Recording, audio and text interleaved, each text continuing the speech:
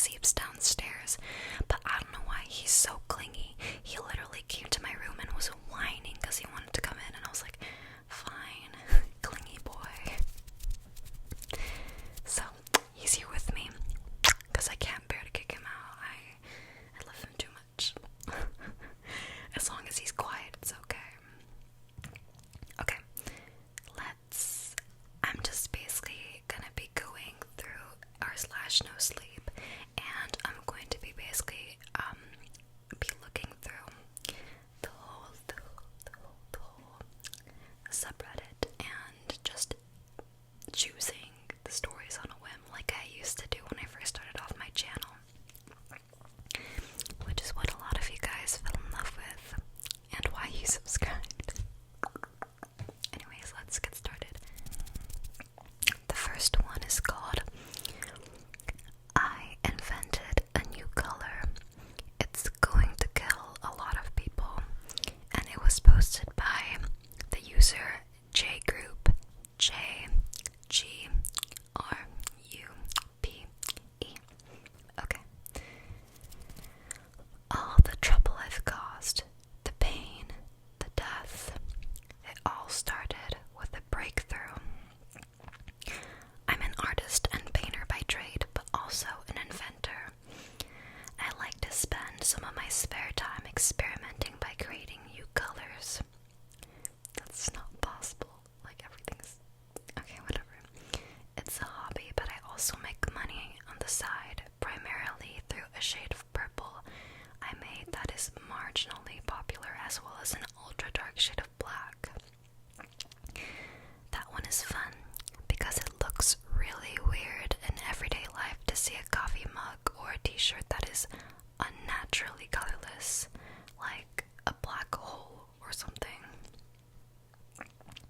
But this new one is different.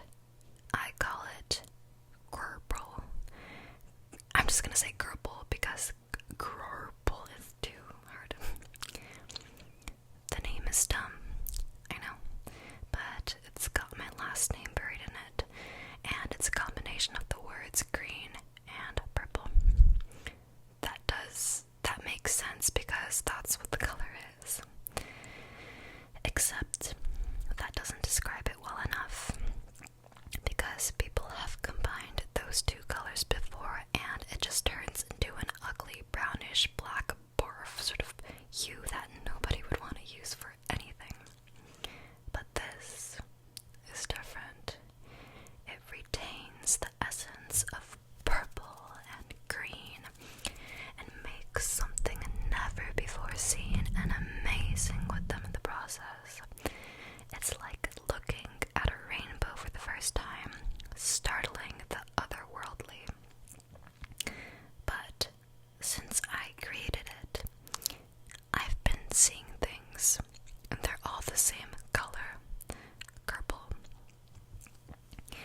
My laptop, for instance, I turned it off because the colors had begun to look strange, and the problem had proved to be uncorrectable. That was when I saw movement in the corner of the blank screen, the reflection of something sliding just out of the view at the edge. I looked over my shoulder and saw that nothing was there. I left my room and went to the bathroom to splash cold water in my face. The computer could be fixed, I thought to myself. I'd just take it over to my friend Dave's place, since he always knew what to do with computer problems. In the reflection of my bathroom mirror, I saw the tub was no longer the old-fashioned shade of horrible, out-of-fashion pink that it had been before, the one it had always been since I moved in. It was now purple.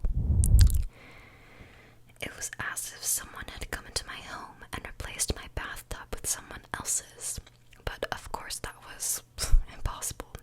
My hands started to tremble, my heartbeat quickening as it felt like the world began to turn sideways on its axis. I tried to calm myself down, focusing on my breathing.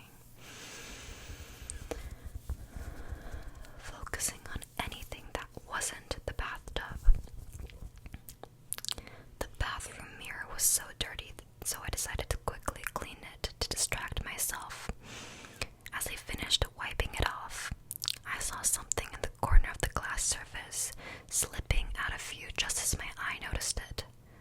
Just like earlier in the computer monitor's reflection. The slender, pointed tail of a lizard. That was how it looked anyways. I went out into the hallway to check if a stray Komodo dragon had snuck into my house somehow, but again, there was nothing. I couldn't help but think that the color of whatever it was looked familiar, though whatever it was colored purple. I got the impression of something looming and large, crafty and elusive, its skin rough and thick like that of a dinosaur. Suddenly it was there again, at the periphery of my vision, but upon inspection I saw only empty space. Nearby I could sense something enormous and awful, like a storm head rolling in. Deciding to get out of the house, I left with my laptop to walk over to Dave's place. He was only a few blocks over. It was a sunny day outside, humid and clear. I immediately wished I had brought my sunglasses, but decided not to go back for them. It was a short walk. As I ambled down the street, looking my heavy old laptop, I started to have more and more trouble seeing.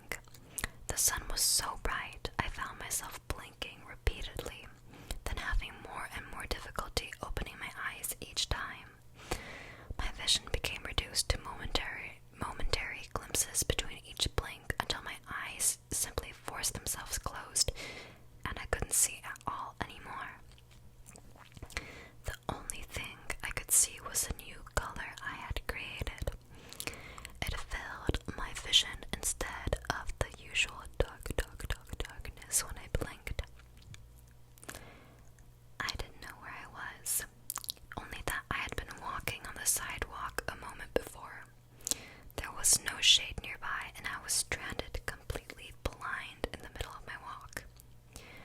Unfortunately for me, I had unwittingly crossed into the... Sorry, that was my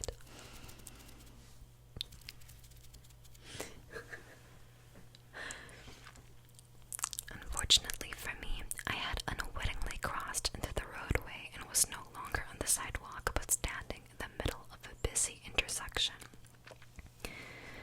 Suddenly, someone tackled me, landing on me and sending me flying. I heard a car's tires squealing and smelled burnt brake pads. A loud bang and the scrunching of metal and breaking of glass. Then people were yelling at me. "What the hell were you doing standing in the middle of the road like that? You should be dead," came the chorus from the people all around. I was in the ditch and my vision came back suddenly and I had no trouble seeing as fear and adrenaline took over my body. Two cars were mangled and wrapped up together in the roadway where they had crashed into each other. The drivers were both bloodied and unconscious in their seats, and people were pulling them out as a fire started to spread from the engine of one vehicle. I couldn't see, I screamed. But nobody listened. The police came and took a statement from me, then gave me a tongue lashing I would never forget. I told them it was sun blindness, which was true, I suppose, and they let me off without a charge of public endangerment causing bodily harm. Thankfully, everyone survived and nobody had any lasting effects from the accident. If it hadn't been for the stranger who pushed me out of the way, I would have been dead. But he wasn't too impressed with my behavior either. My laptop was a write-off and I limped home with a quickly swelling twisted ankle. When I got back there, I could sense it, waiting for me. It was like I could hear its breathing, the creature I had brought forth with my invention. Terrified, I decided I needed to destroy it.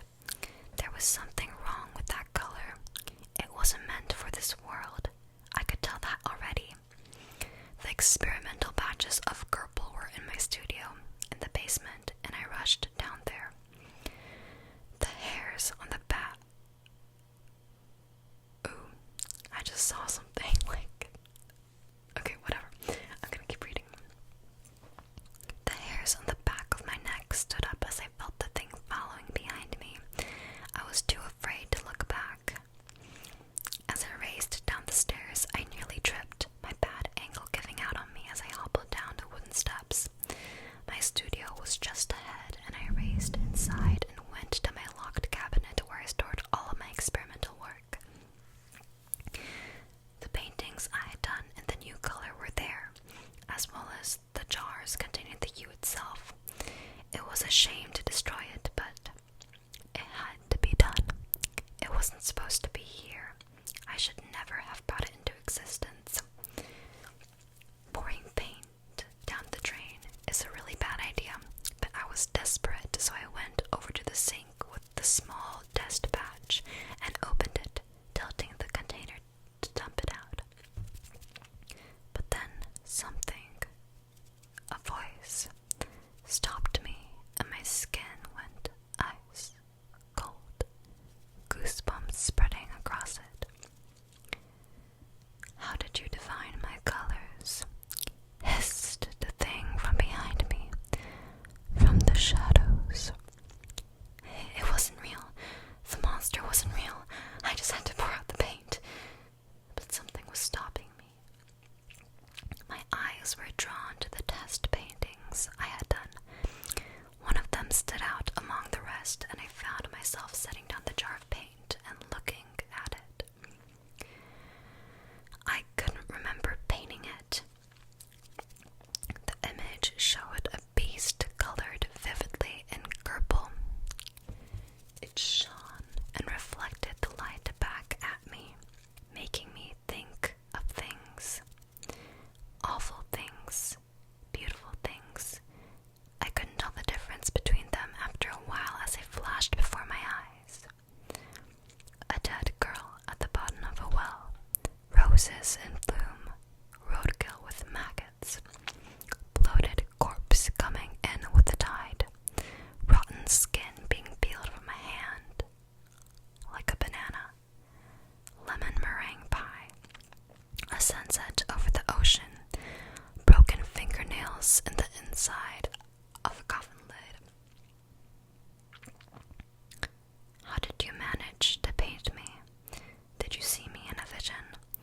For when you made this, I had not yet been to see you. You summoned me, in a way, with this. A long talon on an even longer finger reached out and pointed at the image I had made, the one I had forgotten making. I could feel the thing behind me, its breathing hot on my neck. Over the years, I have been named many things. They have called me Sharon, Azrael, Shiva, and Anubis. I have never seen a depiction as striking as this, though. You perfectly captured my essence. Thank you, I croaked. Why don't you do more of these? It would be a shame to waste such prescient talent as yours. My hand hesitated, and I found myself not wanting to destroy the paint after all. I wanted to use it. There was an image I had always wanted to depict, and the paint would be perfect for it. I just knew it. I set up my easel and began to draw, then prime, and then laid down the big blocks of color for what would be my greatest work to date. The piece consumed my life for 3 days. For 72 hours I did nothing but paint.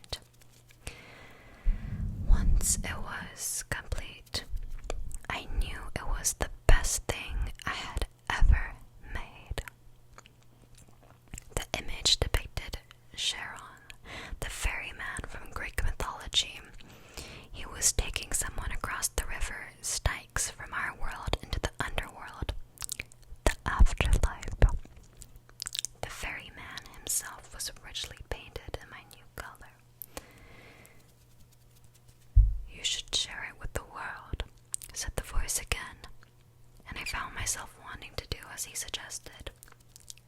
So I did. I took it to galleries, and the first few people who saw it didn't really like it as much as I did.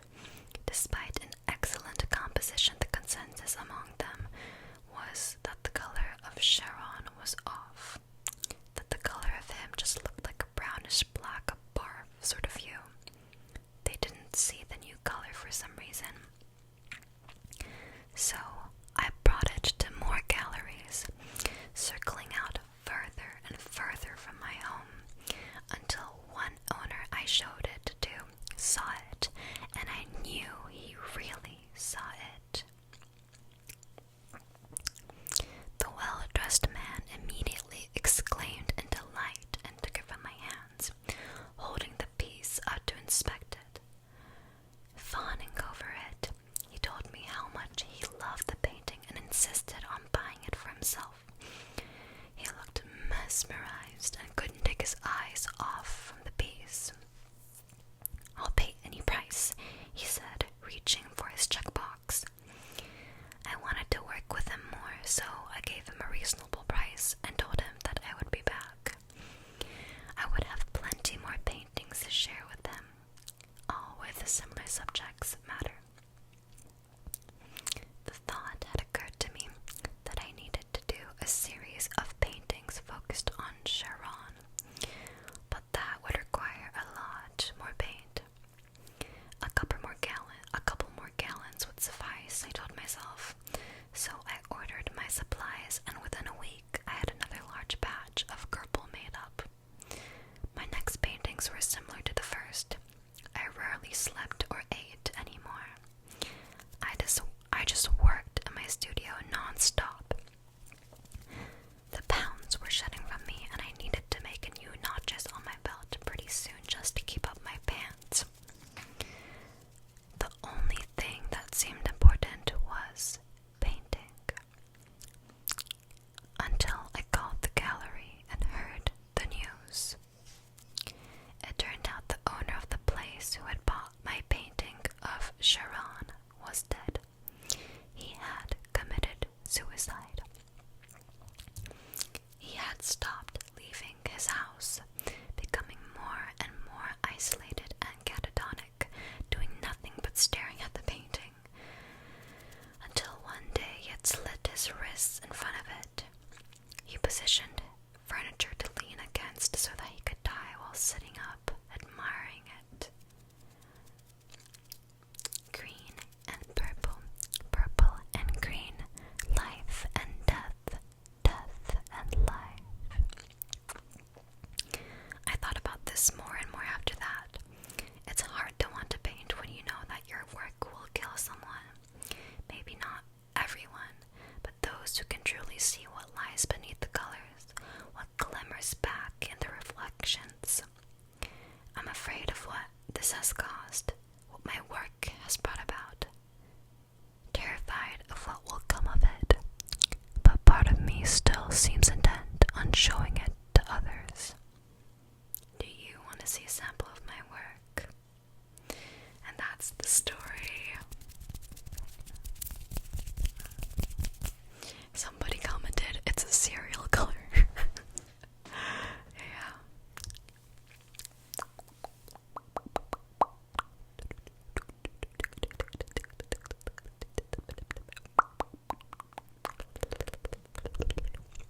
Okay. I'm sorry, so sorry if you've been able to hear my dog this whole time.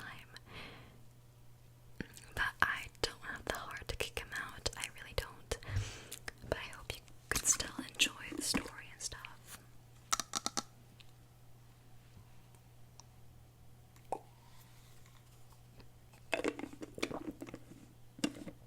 I mean, I barely hear anything. But then again, this is the Blue Yeti.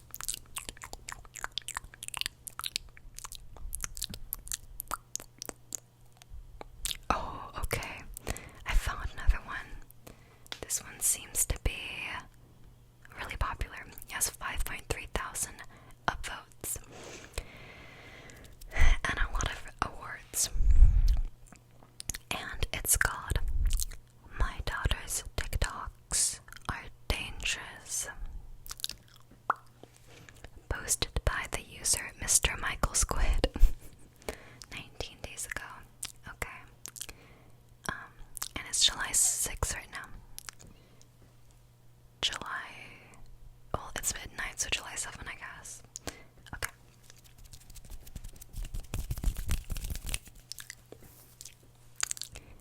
Concerned parents started messaging me about a week ago regarding my daughter Evelyn's TikTok videos. The parents were apparently furious, explaining how their own children had seriously injured themselves or nearly died copying her behavior. Both confusion and horror drove me to click the links to her account, though I wish more than anything that I hadn't. I let out a horrified gasp as I watched Evelyn, caked in makeup and wearing a far too revealing outfit, perform challenges that other girls her age and younger apparently had been copying.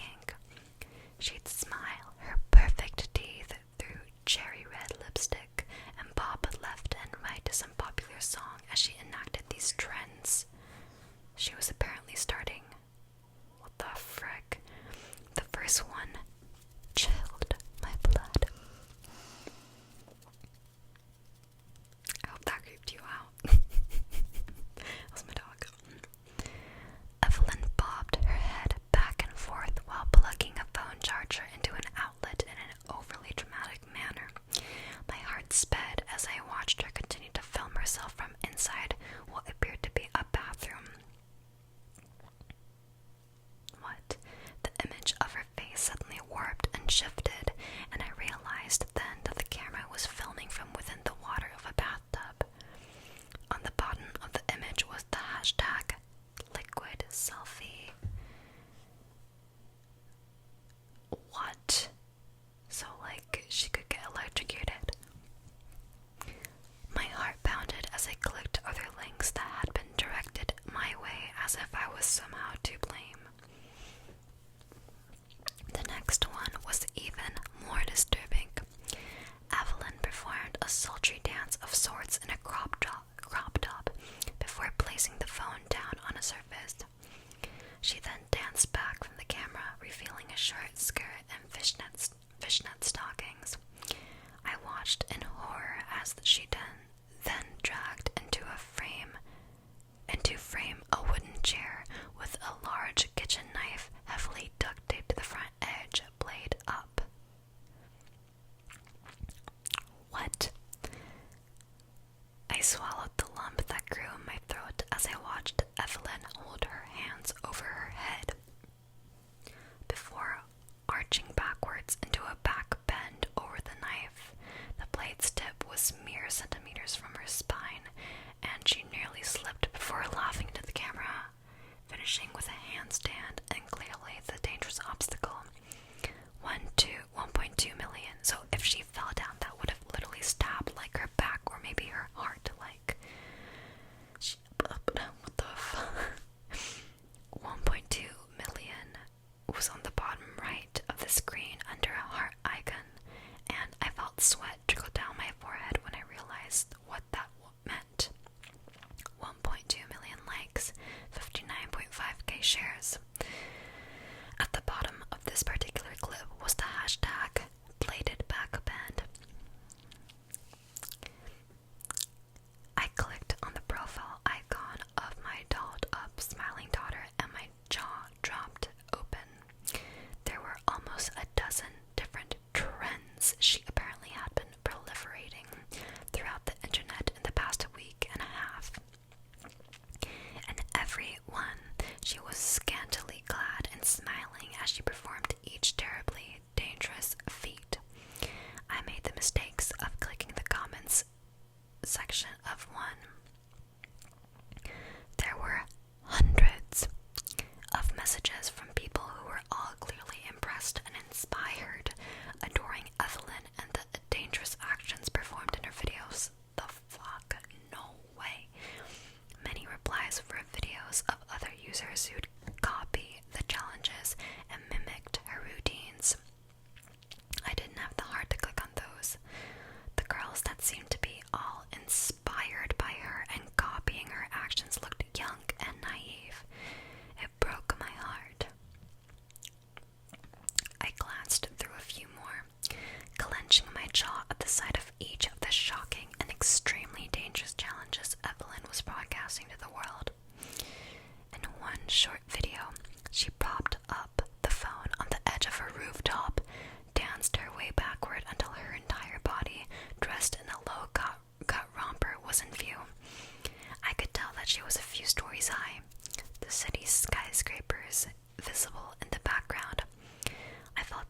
uneasiness in my stomach as I watched my daughter walk backwards 5 paces, then proceed to do a series of cartwheels towards the camera, less than an inch from the edge.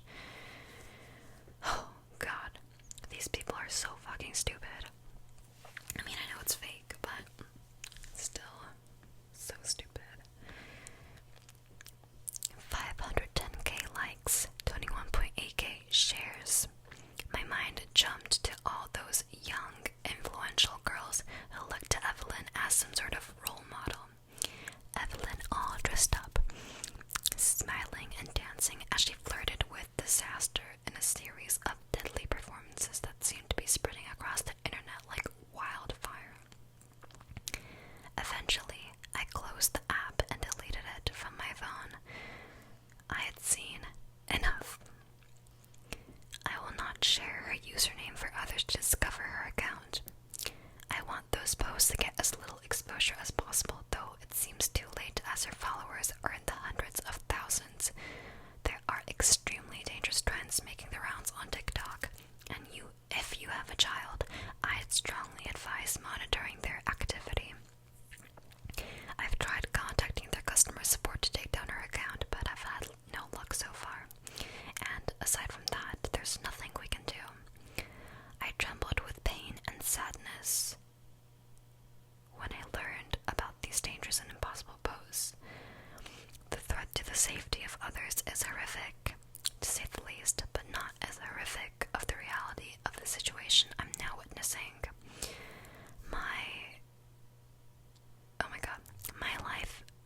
My wife and I have already been devastated with grief, so it's almost too much to bear. The fact of the matter is Evelyn died in a car accident back in April. These disturbing posts on her account began just a week and a half ago, nearly 2 months after her death. Wait, what? That just twists everything. Okay, I have some serious, theories that she already filmed these, but she never posted these, and somebody got a hold of her account or hacked her account, and they were posing as her and posted all of these, and the same person threatening her to make these types of videos was the one who encouraged her to do something stupid in the car and get in the car crash. So that's my theory. So it was still her that made all of these videos. That's what I think. It was still her, and that's how she died, but her parents never found out. That's what I think.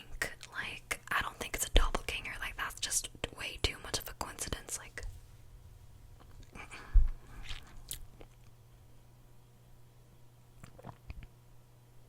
Oh, I saw a theory on here that she filmed them herself and her friends created the account after her death. Yeah.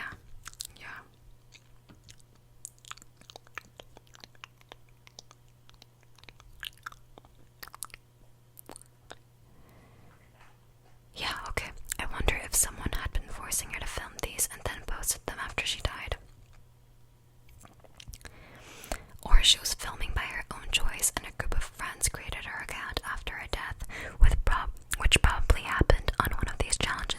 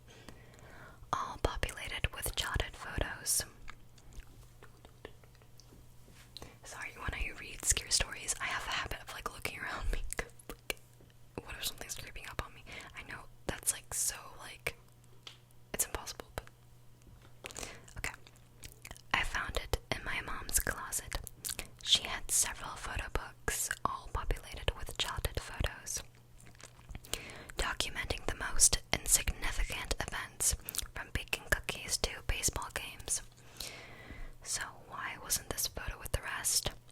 Why was it hiding on the top shelf of my mom's closet, tucked under a hat box? I walked out into the family room, grabbed the photo album labeled 1995 to 1998, paged through it until I got to a good, clear photo of myself at 4. Then I pulled the photo from my pocket and compared the two. It wasn't a great comparison. My head was tilted to the side and his was straight. I was wearing a hat and he wasn't. Still, the difference was unmistakable. His grin was wider, toothier, his skin paler, his eyes were wider set. Yet the differences were subtle. To anyone but me, they'd probably look like the same person. What are you doing? I turned to see my mom standing in the doorway, carrying a large box. I hesitated, wondering if I should bring it up to her. She had enough on her mind, with my stepdad passing away and the big move. Whoa. I found this photo. Who is that? She set the box down and walked over. That's you, when you were 4 or 5. She smiled. Oh, how sweet. Look at you. But it doesn't.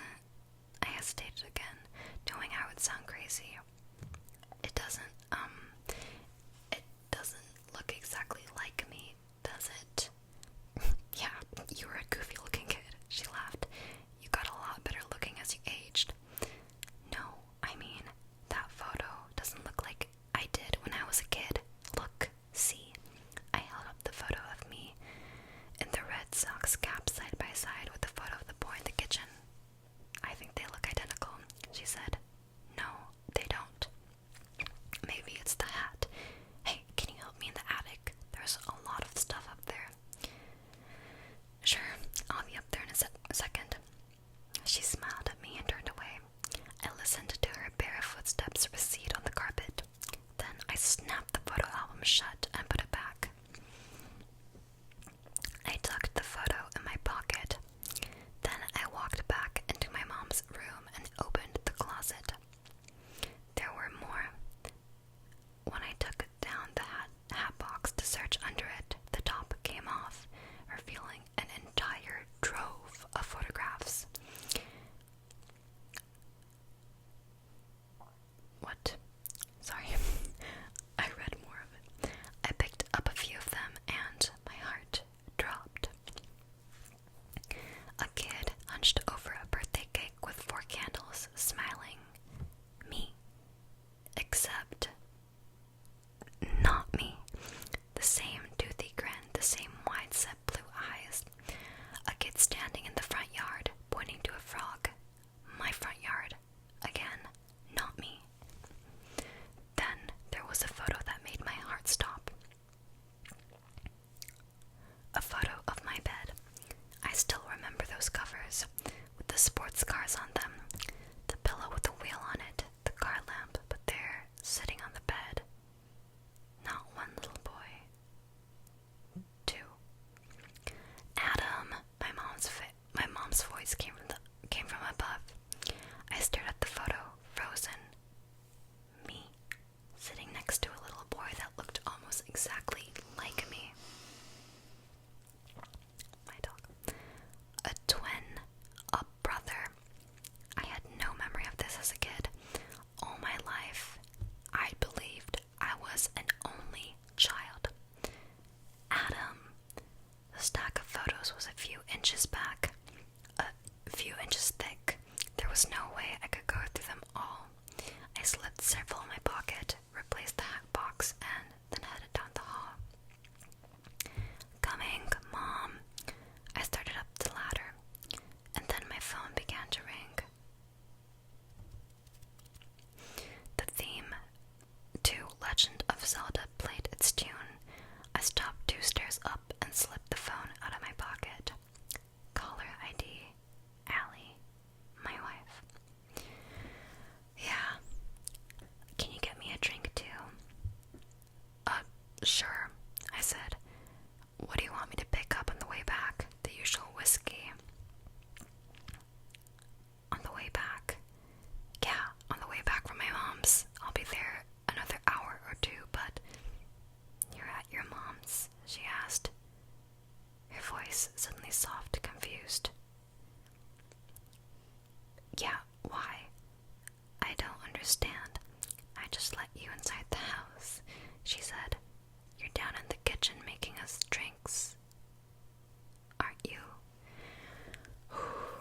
This one's good.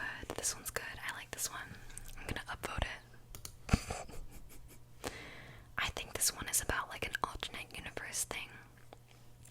I have like several theories. I don't really know. But maybe he accidentally shifted to another universe by accident. Or he just accidentally traveled there. I don't really know.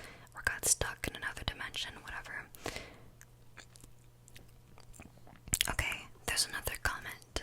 Thinking the same thing. I think maybe this is two parallel universes colliding. As in, you transferred over to universe B from universe A, while your universe B counterpart transferred over to universe A. The picture with both of you depicts the overlapping of the two universes. Your counterpart is probably as confused as you are. Yeah.